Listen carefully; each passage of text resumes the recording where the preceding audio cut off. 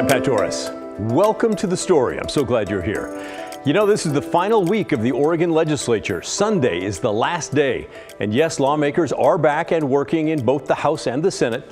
The deal that brought Senate Republicans back and where it goes from here, that is our big story tonight.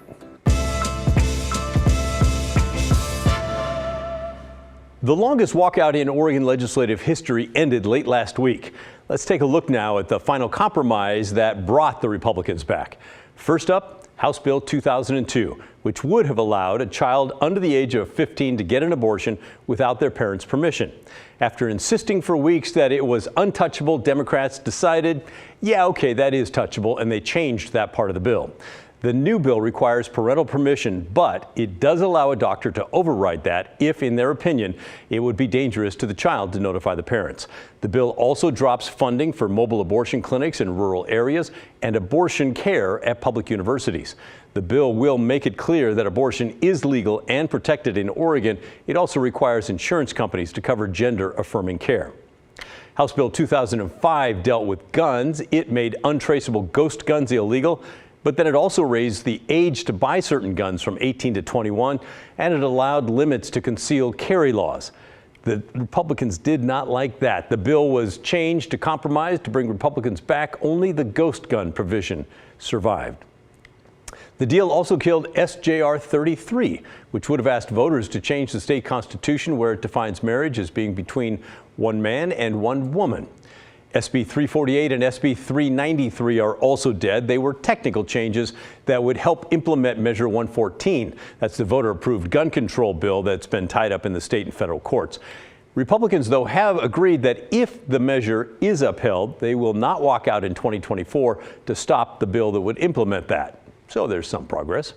There's another agreement that if 114 is approved by the courts, the state will give state police $7 million to get the systems up and running that are needed for that. There was some discussion that many bills will have their summaries reworked to pass that long-forgotten rule in the legislature that requires those summaries to be understandable at an 8th grade level. I gotta say, though, am I the only one skeptical about that happening? In fact, we did check, and it's really not happening. A bill that passed the Senate today that was sponsored by the leadership of the Democrats and the Republicans, yeah, it failed the readability test. So there's that. And I expect little to nothing will be done on that front, at least for the remainder of this session. And yes, throughout the walkout, absent senators were getting paid, by the way. The average pay comes to about $325 a day. Earlier this month, Democrats decided they would fine the absent senators that very amount, $325 a day, until they showed up. But as part of this compromise, those fines, being wiped away. So much for consequences.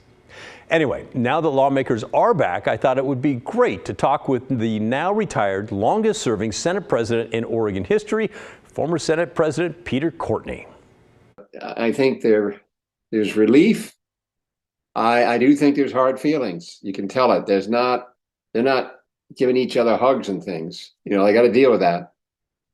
But, you know, when you consider how hard it is on you when you do these walkouts and how much it strains the institution, when it's over, there's a tremendous relief. He said now that it's down to lawmakers' final week in the session, things are going to move very quickly. Very chaotic. It's very tough on the staff. Your own staff, the staff for the House and Senate, it gets crazy because they've got to get documents going one chamber to another chamber. They got to have paperwork. You got to constantly take recesses to let things catch up. It's a very hectic time, very hectic. And is there a lot of opportunity for last minute mischief?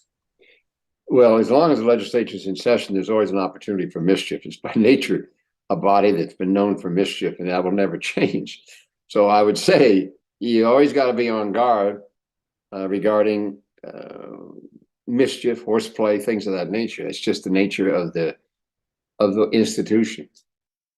We'll be watching for big amounts of money to be moved around, for example. I also had the chance to talk with Betsy Johnson, who resigned from the legislature to run for governor.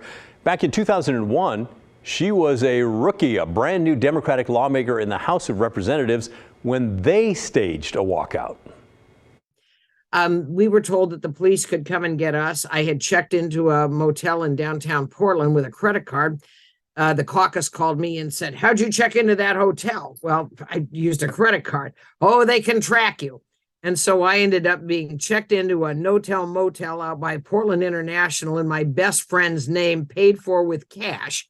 And it convinced me that I would make a miserable felon on the run.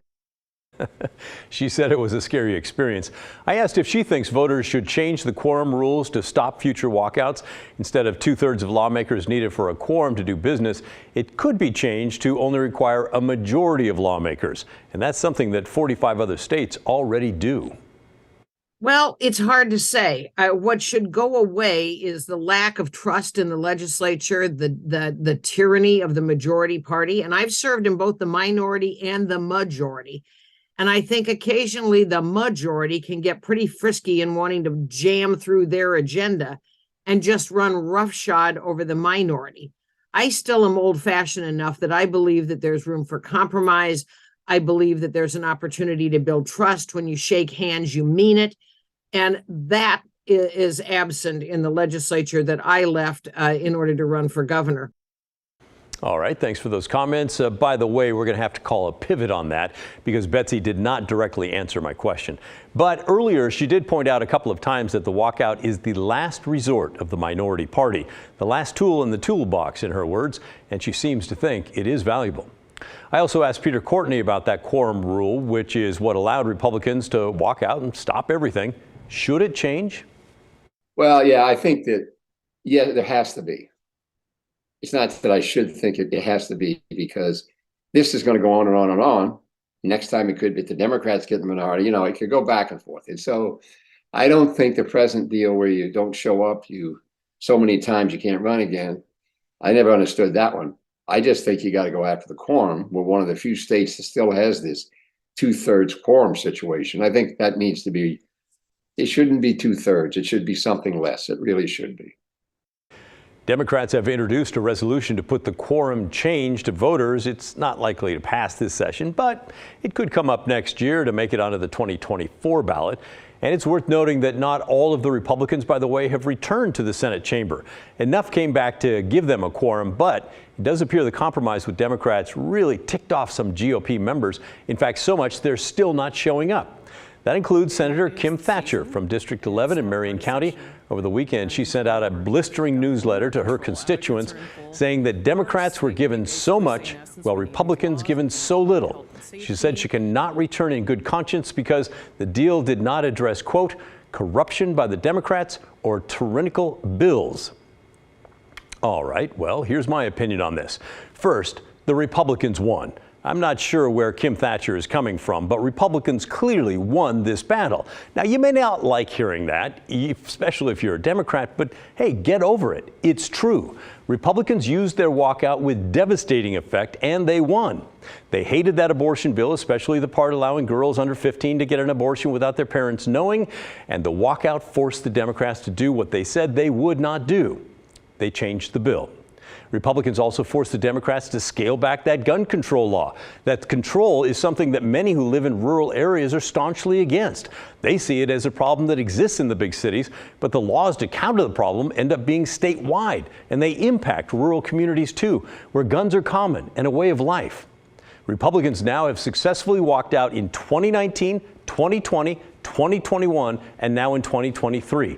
This is not a fluke. It's not an accident, gang. It is a strategy. And it seems like there are a couple of ways to counter it. One would be to convince voters to change the quorum rule.